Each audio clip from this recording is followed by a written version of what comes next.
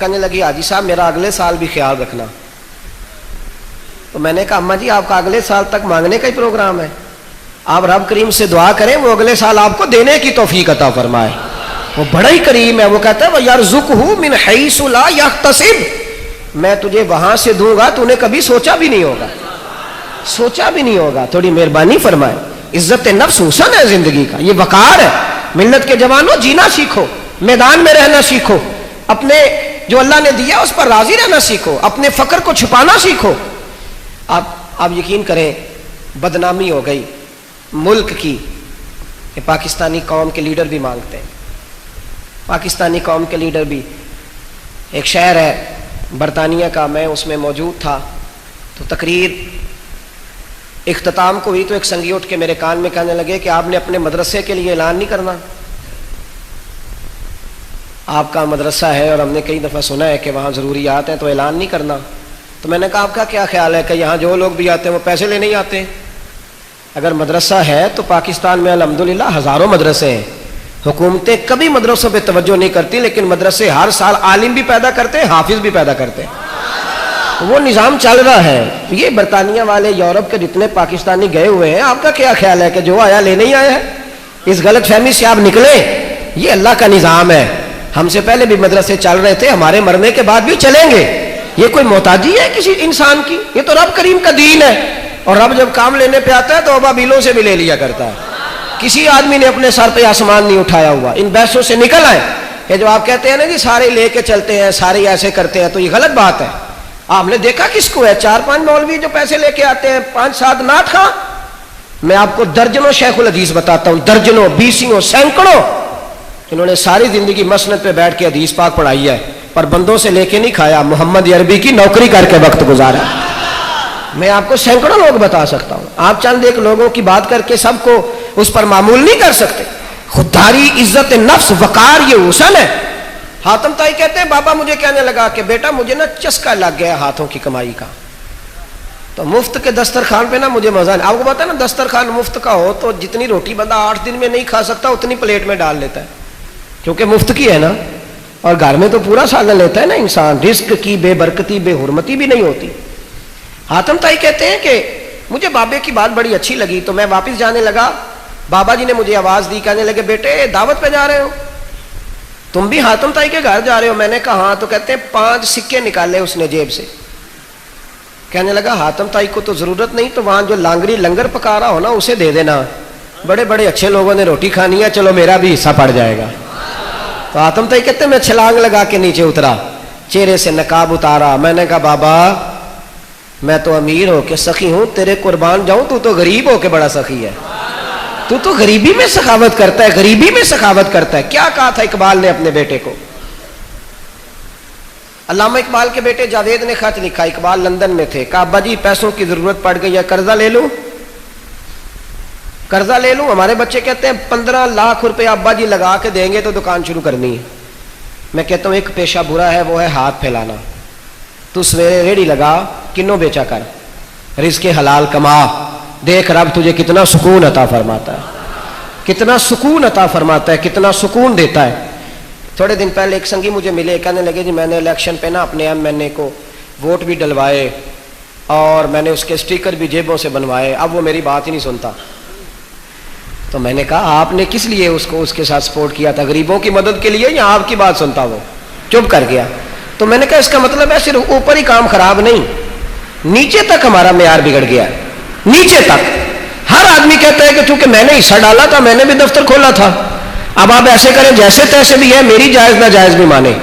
تو پھر آپ یہ کیسی بات کرتے ہیں کہ اوپر تک معاملہ خراب ہے؟ آپ پہلے اپنا محاسبہ تو کریں نا, ہم نیچے تو آئے نا, اپنا تو ذرا دیکھیں نا ہم کیا کر رہے ہیں.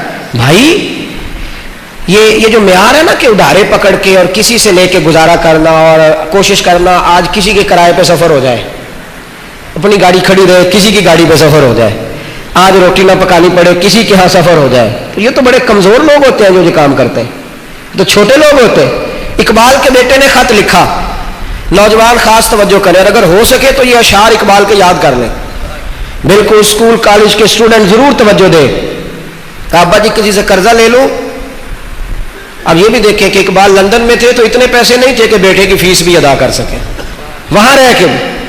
تو اقبال نے جواب میں اپنے بیٹے کو نظم لکھ کے بھیجی جوید کے نام. کہنے لگے دیار عشق میں اپنا مقام پیدا کر. دیار عشق میں اپنا مقام. وہ کئی یہ جو ہمارے مشائخ کے گھرانے ہوتے ہیں ان میں بہت سارے لوگ تعارف کراتے ہیں, کہتے ہیں میرے ابا جی یہ تھے, میرے دادا جی یہ تھے, فلاں کا سجادہ, فلاں کا گدی نشین. تو اقبال ایک دن کہنے لگے تھے تو وہ آبا تمہارے ہی, مگر تم کیا ہو؟ اپنی بھی تو کوئی بات سنانا بھائی, باپ دادا کی تو سارا زمانہ سناتا ہے, تو بتا تو کیا ہے؟ اقبال کہنے لگے دیار عشق میں اپنا مقام پیدا کر, نیا زمانہ نئے صبح و شام پیدا کر. خدا اگر دل فطرت شناس کرے عطا تجھ کو, سکوت لالا و گل سے کلام پیدا کر. اور میرا طریق امیری نہیں فقیری ہے, میرا طریق امیری نہیں فقیری ہے. خود ہی نہ بیچ غریبی میں نام پیدا کر, خود ہی نہ بیچ غریبی میں نام پیدا کر, غریبی میں نام پیدا کر. حضرت عمر فاروق کے پوتے ہیں حضرت سالم بن عبداللہ بن عمر. بس بات ختم کرنے کی طرف آ رہا ہوں, تھوڑی توجہ دینا.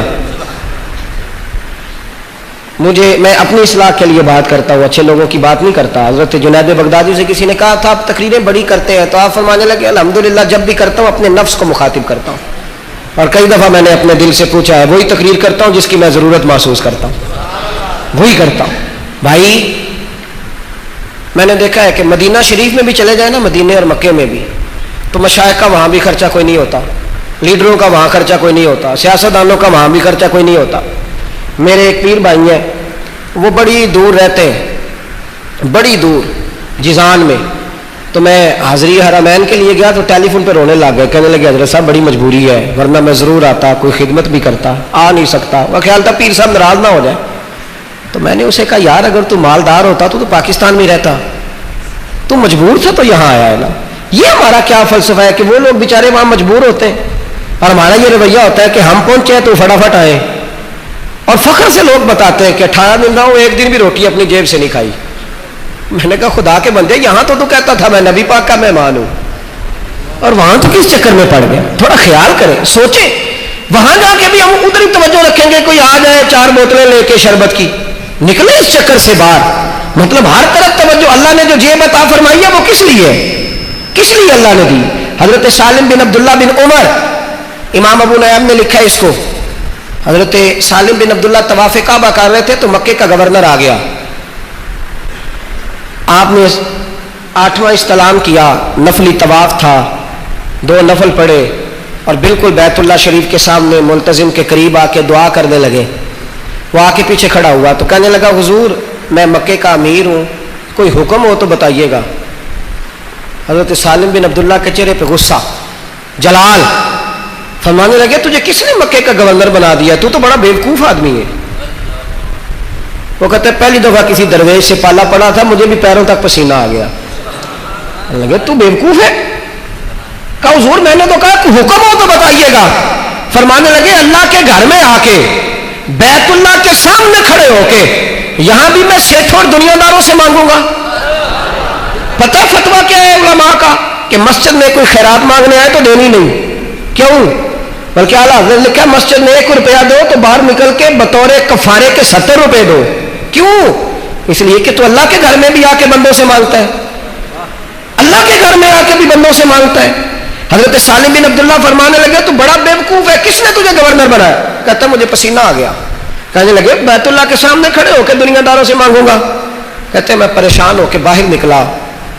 میرا خیال تھا کہ حضرت صاحب فارغ ہو کے باہر آئیں گے تو پھر کوئی بات کروں گا, جس طرح آج لوگ باب عبدالعزیز سے نکلتے ہیں, باب فاحد سے نکلتے ہیں. کہتے میں بھی اس طرح نکلا تو حضرت سالم بن عبداللہ باہر کھڑے تھے. میں گیا, میں نے کہا حضور اب تو بیت اللہ سامنے نہیں, اب بھی کوئی حکم کر دے. تو کہتے حضرت مسکرا پڑے, کہنے لگے چل تو نہیں باز آتا تو حکم کاری دیتے ہیں, بتا تجھ سے دین مانگوں کہ دنیا مانگوں, بول تو کیا دے سکتا ہے بتا. کہتا میری پھر گردن جھک گئی. میں نے کہا حضور میرے پاس تو دنیا ہی ہے, دین تو آپ کے پاس ہے. تو کہتے حضرت نے مجھے تھپکی دی. کہنے لگے جا پھر کام کر, دنیا تو میں نے اس سے کبھی نہیں مانگی جس نے دنیا بنائی ہے, میں نے تو اس سے کبھی نہیں مانگی جو مالک ہے, میں نے تو اس سے بھی جب بھی مانگی ہے محمد عربی کی نوکری مانگی ہے, غلامی مانگی ہے, فقر مانگا ہے, اور تجھ سے مانگوں گا. نا اپنا کام کر بھائی, خودداری عزت نفس بہترین اخلاق کا نام. تھوڑا ٹھہرے, کھڑا ہونا سیکھ. یقین کرو کچی کلی میں جو لوگ ہوتے ہیں نا, لیکن ہوتے خوددار ہیں, عزت نفس والے, وہ بڑے شاندار ہوتے ہیں. اگر آپ اس پر راضی ہو جائیں گے نا, یہ ترمذی کی حدیث ہے, نبی پاک علیہ السلام نے فرمایا اگر تو اللہ کے تھوڑے رزق پہ راضی ہو جائے گا نا, تو رب کریم بھی تیری تھوڑی عبادت سے راضی ہو جائے گا. یہ شوق نکال دے. یہ ہمارے ملک میں بہت سارے گناہ صرف اس لیے ہیں کہ کاروں کوٹھیوں کا چسکا نہیں ختم ہو رہا, ورنہ روزی روٹی تو اللہ تعالیٰ عطا کرتا ہے. یہ لمبے ہاتھ لوگ اس لیے مارتے ہیں کہ دل کرتا ہے میرا ایک مکان لاہور میں ہو, ایک کراچی میں ہو, ایک اسلام آباد میں ہو, میں جہاں جاؤں گاڑی بنگلہ ہر چیزیں. ان چیزوں نے مسائل بنائے. ملت کے جوان کوشش کریں, اور میری اپیل ہے کہ نہ انتظار کریں کہ سیٹھ صاحب آئیں گے تو غریب کا بچہ اسکول داخل کرائیں گے. آپ ایک ایک بچے کا خرچ اٹھائیں, بہن کے ایک بچے کی فیس دیا کریں, اور چھپ کے دیں, چھپ کے, پتہ نہ ہو کسی کو, چھپ کے دیں. مدرسے کے ایک بچے کا مکمل خرچ اٹھائیں. دیکھیں آپ کے یہاں جو شہر میں مدارس ہیں ان کے ساتھ آپ کیسے تعاون کر سکتے ہیں. چپ کر کے آئیں, چپ کر کے, اور مسجد کے اندر جو ضرورت کا کام ہو اسے کرائیں اور خاموشی سے نکل جائیں. اپنی زندگی میں بڑھانے کا پروگرام بنائیں. اور بھائی جس کو پتا ہو کہ یہاں تھوڑی انویسٹمنٹ کریں تو زیادہ ملتا ہے, تو لوگ سارے وہی کاروبار بھی شروع کر دیتے. تو محبوب نے فرمایا تو اللہ کے راستے میں ایک دے, رب تجھے 700 گنا عطا فرمائے گا. تھوڑی توجہ کریں, دینا. ایک دوسرے کا ہاتھ پکڑنا سیکھیں. جو امیروں کے بچے ہیں وہ دیکھیں کالج میں, اسکول میں, مدرسے میں کون سا غریب کا بچہ ہے جو صرف اس لیے نہیں پڑھ پا رہا کہ اس کا ابا فیس نہیں دے سکتا, اس کی فیس دے. ضروری نہیں کہ سارا خرچہ میں نے اپنے نالائق بچے پہ کرنا ہے. اگر میری بہن کا بچہ لائق ہے اور میرا نالائق ہے تو میں اپنے کو دکان ڈال دوں اور بہن کے بیٹے کا خرچہ اٹھا لوں تاکہ وہ پڑھ جائے. وہ بھی تو میرا ہی بچہ ہے نا, بھائی کا بچہ بھی تو میرا ہی ہے نا. ایک ایک کر کے, دو کر کے ہاتھ پکڑیں, تھامیں, آنسو پوچھنے کا پروگرام بنائیں. او میرے بھائی, میرے محبوب نے تو بڑا ہی میٹھا دین دیا تھا. آمنہ کے لال فرمانے لگے جب تو سالن پکائے نا گوشت کا تو شوربہ زیادہ کر لیا کر, تاکہ تھوڑے پڑوسی کے بچے بھی تھوڑا اس میں سے حصہ کھا لیں. یار شوربے کے ساتھ بھی مدد ہو سکتی ہے کسی کی, شوربے کے ساتھ. لیکن غریب روتے ہیں, پریشان ہوتے ہیں. بیٹیاں بیٹھی ہوئی ہیں اس لیے کہ پیسے ہوتے تو ابا کب سے ان کی بیاہ کر دیتا. کچے مکان ہیں اور کچے مکانوں کی چھت ٹپکتی ہے. بوڑھا آدمی دور بیٹھ کے روتا ہے کہ سردی کا موسم ہے, چھت ٹپک رہی ہے اور میرے بچے سو نہیں پا رہے. اس کی وجہ یہ ہے کہ دولت چند جگہوں پہ سمٹ کے رہ گئی ہے. ملت کے جوان اگر جد و جہد کریں, ارادہ کریں, ایک ایک, دو, چار کا ہم نے ہاتھ پکڑنا ہے, بڑی جلدی امت عروج پائے گی, پاکستان کے مسائل حل ہوں گے.